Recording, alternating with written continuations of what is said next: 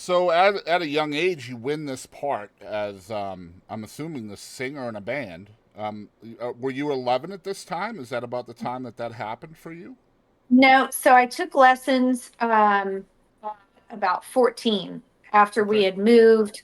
And then we moved to Round Rock and I went to school there for a while, which was a huge school for me coming from what I had come from.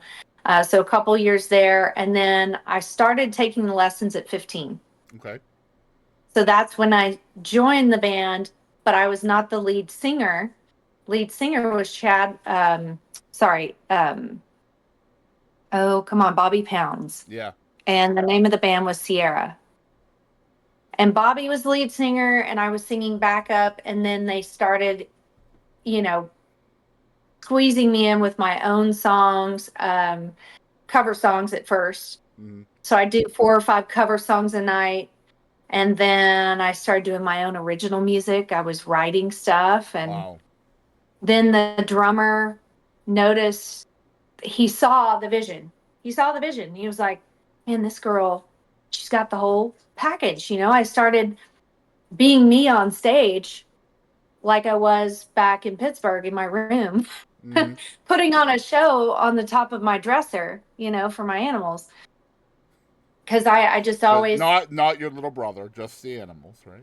sometimes, if he was nice, If he was nice that week, that's right. still to this day, still, Yep. you can come to my show if you're nice.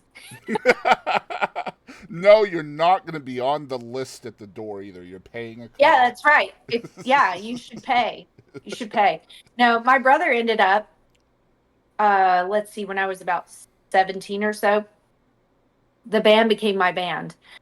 So my brother got involved and he started running my lights for me and helping set up and tear down and collecting money at the door. We always had to have somebody at the door to get the Right. money, Yep.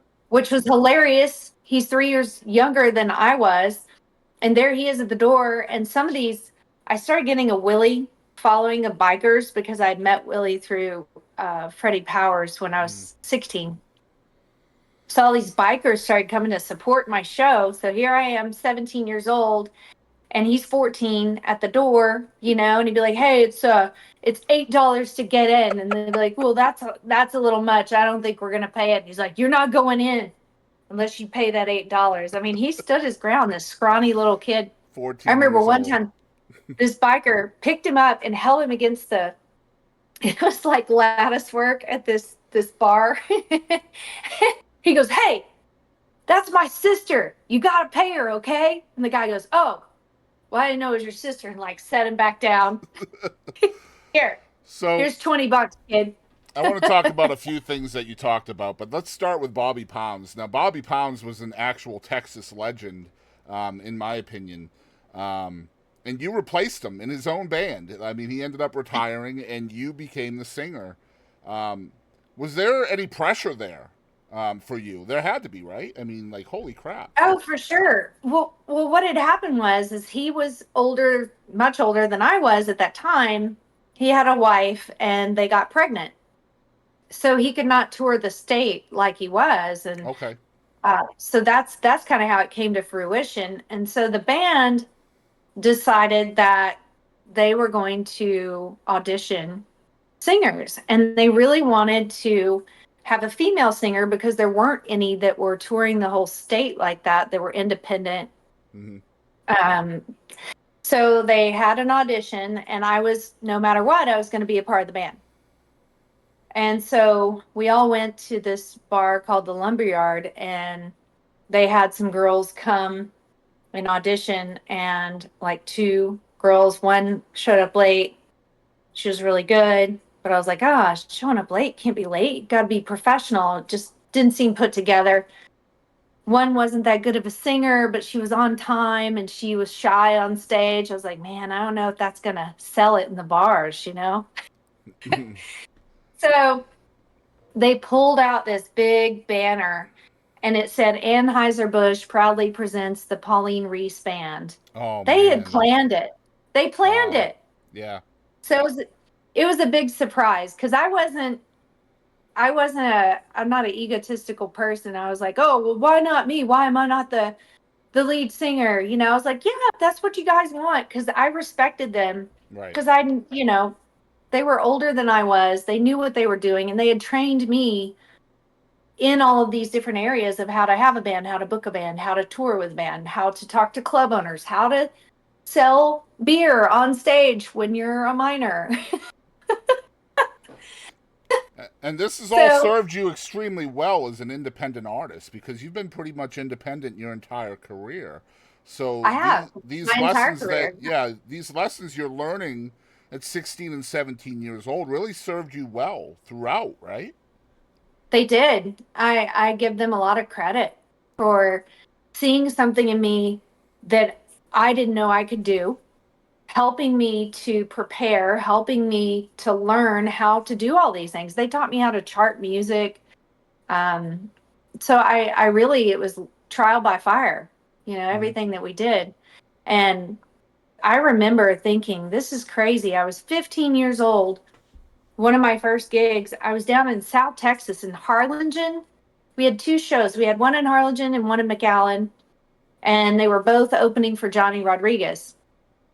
And so there I am, 15, staying in my own room down near Mexico, blonde.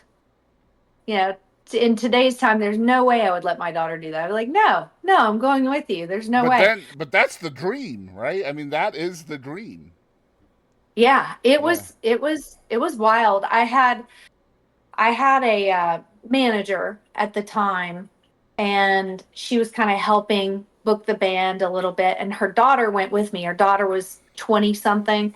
So her daughter drove me down there instead of me riding down with the band members. And so she stayed with me and kind of kept an eye on me. And that was the plan. But yeah, it was wild looking back. I joke with my mom and my dad when he was alive that they had 8 kids, and by the time they got to number 7, which is me, they were just like, we have more. It's fine. Let her go. Let her go near Mexico.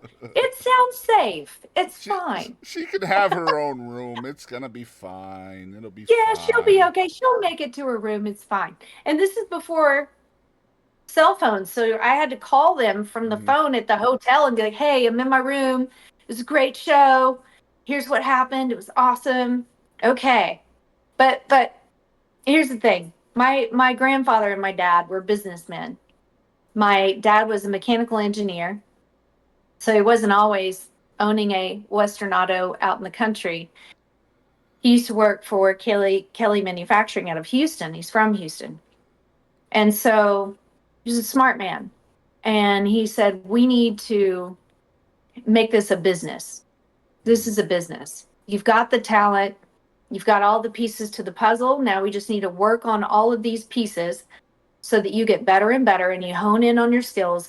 And then we also need to make sure that you're keeping track of expenses. How much are you making? Let's get an LLC going. So that's what we ended up doing. So I had a website when I was 18, and Wow. I think that's maybe when websites were invented. I don't know. That's crazy. That website probably got cobwebs on it nowadays. You know what I mean? Still there.